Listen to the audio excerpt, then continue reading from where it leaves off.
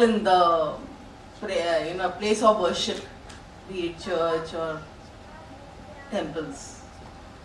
We ring the bells, and every temple is sort of this way.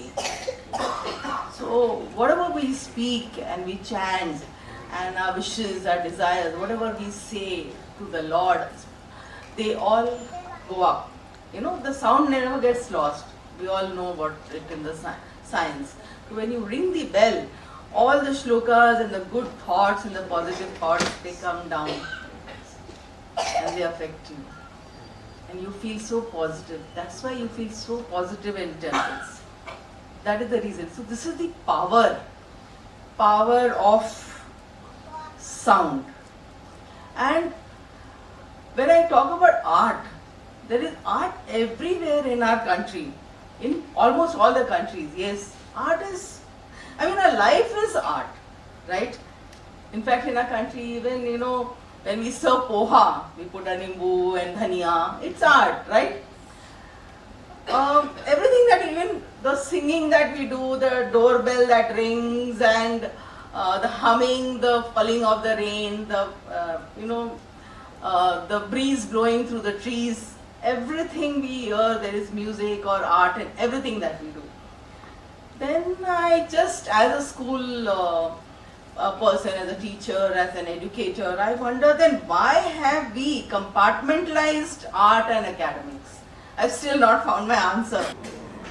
मतलब हम जब उठते हैं तो भी डोरबेल के साथ उठते हैं या अलार्म क्लॉक के साथ उठते हैं. सो म्यूज़िक अगर ज़िंदगी का इतना पहलू है, जैसे बच्चा पैदा होता है तो भी हम माँ जो है वो लोरी सुनाती है, तो इसको अपने एजुकेशन सिस्टम में डालना बहुत ज़रूरी है.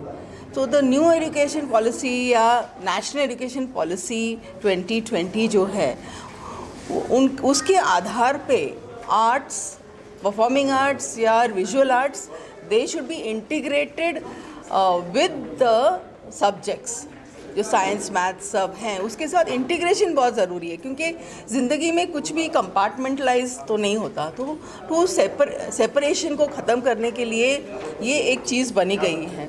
और हमें हिंदुस्तानी क्लासिकल म्यूज़िक भी आना चाहिए, क्योंकि the base of all the musics स्वर धारा उधर ही आती है.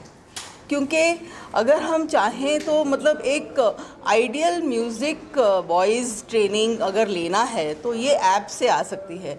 अभी तो इंटरनेट का ज़माना है, तो इंटरनेट के ज़माने में बहुत सारी चीज़ें सीखी जा सकती है. एक म्यूज़िक ऐप से पूरा फैमिली सीख सकती है. सो स्वर धारा एक ऐसी चीज़ है जो हमें बेस से म्यूज़िक सिखाती है. और इसके बारे में और भी ज़्यादा बोलना है या समझना है तो हमारे अमोल जी इधर हैं जो आपको स्वरधारा के बारे में बता सकते हैं. पहले तैयार करिए इसे, उसे सुनिए और उसका आनंद लीजिए. ये सब स्वरधारा की वजह से. सर ये भी अगर मैं थोड़ा सा पीछे जाता हूँ, जैसे अगर गुरु माना जाए, भगवान श्री कृष्ण ध्वनि के गुरु थे. बहुत जब बांसुरी बजाते थे सब उसमें खो जाते थे. और फिर और यहाँ पास में आओ तो तानसेन जी के बारे में हमने सुना है, जब वो बजाते थे तो लोग उसमें खो जाते थे. तो ये तो हर कोई जानता है कि ये बहुत बड़ी चीज़ है. ये जो आपके दिमाग को संतुलित करने के लिए, मन को संतुलित करने के लिए बहुत अच्छी है. आप कितना इससे इत्तेफाक रखते हैं सर? मैं बहुत इत्तेफाक रखता हूँ इससे. मैं बल्कि ये कहूँगा कि साधारण इंसान के लिए हम सभी सिंगर्स नहीं हो सकते. जैसे मैं सिंगर नहीं हूँ, नीलम मैम सिंगर है, अमोल जी भी अभी सीख रहे हैं उनकी वाइफ के साथ. बट हमारे लिए संगीत का महत्व, जैसे आपने श्री कृष्ण का एग्जाम्पल दिया, तो वो जब बांसुरी बजाते थे तो क्या होता था, लोग मुग्ध हो जाते थे. बट वहीं पर नहीं ख़त्म होती है वो बात. वो आगे जाकर कृष्ण भगवान बन गए. क्यों बन गए? क्योंकि वो आस्था निर्माण हुई लोगों में, और फिर उन्होंने जो नियम तत्व जो सिखाए हैं वो लागू किए ज़िंदगी में, जिससे ज़िंदगी अच्छी होने लगी और हमें अच्छा महसूस होने लगा. So that is the logical development. ये आपके विचार शक्ति बढ़ाती है. उस पर हमारा फोकस है. आज का जो विषय है वो वही है कि हम भले सोशल स्किल्स सीखें, हम मानवीय संबंध सीखें, इमोशंस सीखें, भावनाएं जानें, पर उसको चैनलाइज कैसे करें. तो संगीत के माध्यम से जब मन शांत होता है, हमें हमेशा कहा जाता है कि मन को शांत रखो, तभी आप सही सोच सकते हो. ये जो सही सोच है वही आपकी बौद्धिकता है. और उसका ही विकास हम संगीत के माध्यम से करने वाले हैं। मैम आपसे जानना चाहेंगे जी। Touching heart panel discussing SEL to SEIL, ये थोड़ा सा दर्शकों को बताइए कि SEL to SEIL। जी, ये अभी हम सब जानते हैं कि ये कोविड के जो 2 साल गए हैं, उसके बाद में हम लोग अब जब स्कूलों में वापस आए हैं, जब बच्चों से हम इंटरेक्शन करते हैं, तो सोशल इमोशनल लर्निंग, तो ये अनुभव प्रक्रिया के होते हुए जो के माध्यम से हम लोग जो सीख पाते हैं, इन सबको हम आज बढ़ावा दे रहे हैं। तो आज स्वरधारा क्या कर रहे हैं कि सोशल इमोशनल इंटेलेक्चुअल लर्निंग, तो ये सिर्फ अनुभव, ये सिर्फ हमारे रोज़ के जीवन का नहीं है, लेकिन ये अपने दिमाग पे जो असर हो रहा है, ये बाकी के अच्छे सुरों का जो हिंदुस्तानी संगीत के माध्यम से मिल रहा है, वो सुरों को भी हम ये इमोशनल के अनुभव में बच्चों को हम लोग देना चाहते हैं। और आपने जो कहा कि ये अभी जो आपने सर से पूछा कि ये श्री कृष्ण भगवान जब बांसुरी बजाते थे तो लोग खो जाते थे उसमें, तो ये खो जाना क्या है? ये फिज़िकली कहीं पे जाए और लॉस्ट हो गए, ऐसा नहीं खो जाना। तो अपने अंदर ये जो अपना अनुभव जो मिलता है कि जो हा ये क्या है, तो ये जो अंदर प्रक्रिया चल रही है, वो उसे तैयार करने के हमारे ब्रेन को सिखाना पड़ता है कि ये ऐसा हो सकता है, ये अच्छा होना चाहिए। तो ये अनुभव हम म्यूज़िक के माध्यम से, स्वरधारा के माध्यम से आज बच्चों को देना चाहते हैं, जो कि अगली हमारी पीढ़ी है। मैम एक चीज़ और मैं जानना चाहूँगा, कोविड का दौर आया, लोग की जॉब चली गई, बहुत कुछ ऐसे कुछ हुआ कि लोग मानसिक त्रास में रहे, नौकरियाँ चली गई, तो मानसिक टेंशन है। क्या संगीत एक माध्यम हो सकता है कि ये थेरेपी, संगीत थेरेपी बन सकती है?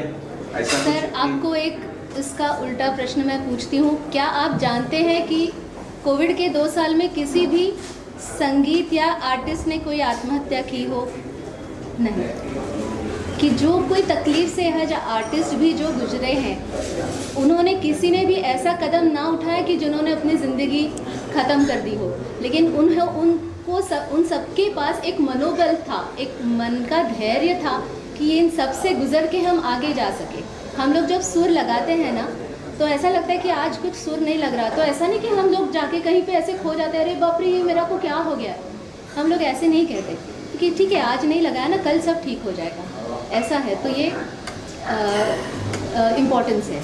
मैं आप चारों में से कोई भी इसका जवाब दे सकता है कि ये जानना चाहूँगा कि जैसे कि स्वरधारा जो है म्यूजिक को बहुत प्रमोट कर रही है, मैं ये भी जानना चाहूँगा कि स्वरधारा जो है म्यूजिक थेरेपी करेगी, जो कोई मानसिक त्रास, मतलब दिमागी संतुलन अगर किसी ने खो दिया, या फिर वो अंदर से थोड़ा सा विचार वो है क्या कहते हैं उसको, कंफ्यूज है, तो ऐसे लोगों के लिए थेरेपी भी करेगी? मैं बोलना चाहूँगा यहाँ पे। जी जी। पहली बात तो मानसिक असंतुलन होना ये आखिरी स्थिति है। ये स्टेज आने के पहले जो हमको डेवलप करना है वो है कि मानसिक शक्ति और बौद्धिक बल, जो लॉजिकल थिंकिंग बोलते हैं, रैशनल थिंकिंग बोलते हैं, कि सही सोचना, पेशेंस। जैसे मैम ने कहा कि आर्टिस्ट मरे नहीं, उन्होंने आत्महत्या नहीं करी, क्यों? क्योंकि उन्होंने वो धैर्य रखना सीखा, पेशेंस रखना सीखा। वही बल हम बच्चों में लाना चाहते हैं कि वो आगे की सोचकर अपने आप को तैयार करें, ना कि उस सिचुएशन में वहाँ पर ही दम तोड़ दे। ऐसा नहीं होना है हमको। ये जो मेंटल हेल्थ की बात हो रही है पूरे विश्व में, ये क्यों हो रही है? ये तो साइड इफ़ेक्ट है, ये तो परिणाम है। हमको उसके पहले ही काम करना है, और वही काम स्वरधारा कर रही है। एंड ये सिर्फ आपको इमोशनली स्ट्रांग ही बनाती है, बट उसको कैसे ढंग से चलाना है हमारे लाइफ में, हमारी जो पढ़ाई है उसको कैसे कंस्ट्रक्टिवली हमको आगे लेके जाना है, विकसित कैसे होना है, कैसे अलग सोचना है। जब अगर हम क्रिएटिविटी बोलते हैं, इनोवेशन बोलते हैं, ये कहाँ से आने वाला है? ये हमारे दिमाग से आने वाला है। तो इस दिमाग को हमको चालना देनी बहुत ज़रूरी है, और अगर पॉजिटिव चालना होगी तो ही वो सही सोचेगा, वो डिस्ट्रक्टिव नहीं होगा, वो कंस्ट्रक्टिव होगा। यही हमारा उद्देश्य है, SEL to SEIL। So concluding इनका, अगर हम स्कूल के और से सोचते हैं कि we need both cognitive development, that is बुद्धि विकास, एंड ऑल्सो इमोशनल डेवलपमेंट। अगर हम दोनों चीज़ें बहुत इम्पॉर्टेंट है, अगर दोनों का बैलेंस अगर करते हैं तो इट्स लाइक यू नो, सिर्फ एकेडमिक्स अगर होता है, एकेडमिक्स से बुद्धि ब्रेन डेवलपमेंट होता है, और जो आर्ट्स होते हैं उससे हार्ट डेवलपमेंट होता है। सो दोनों का जो बैलेंस है और दोनों का मिलन है वो बहुत ज़रूरी है। इसी से आप अगर टेक्निकल लैंग्वेज में मैंने आपको समझाया तो एक सेव बटन है। इन्फॉर्मेशन हम लेते हैं तो कंप्यूटर भी बोलता है ना, सेव बटन दबाओ तो इन्फॉर्मेशन सेव होगी।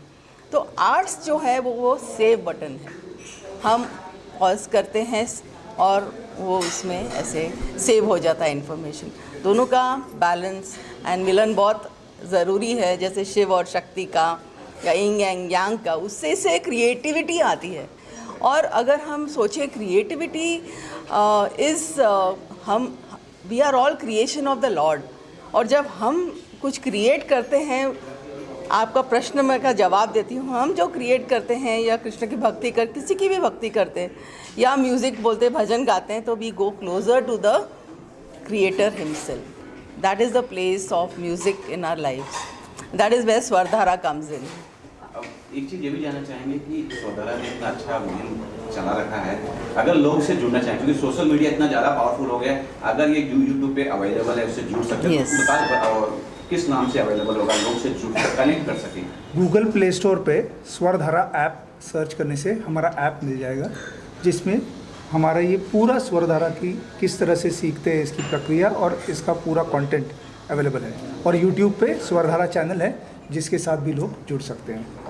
जी मैम, आपसे जानना चाहेंगे आज जो हो रहा है, आज जो होने वाला है, उस बारे में बताइए कि क्या कुछ डिस्कशन होगा, थोड़ा सा उस बारे में। आज हमारे साथ मलिक मैम है जो हमारी आज की गेस्ट स्पीकर हैं। आज हमारे साथ गिरीश दलवी सर हैं जो बहुत जाने माने आर्टिस्ट हैं। ये सब एजुकेशनिस्ट हैं और इन सब ने आज ठाना है कि आज लोगों को संगीत का शास्त्रीय महत्व लोगों को देंगे। तो आज जो पैनल डिस्कशन होगा आज वो इसी सब्जेक्ट को पकड़ के होगा। Thank you. और उसके बाद में थोड़े से मेरे गाने हैं।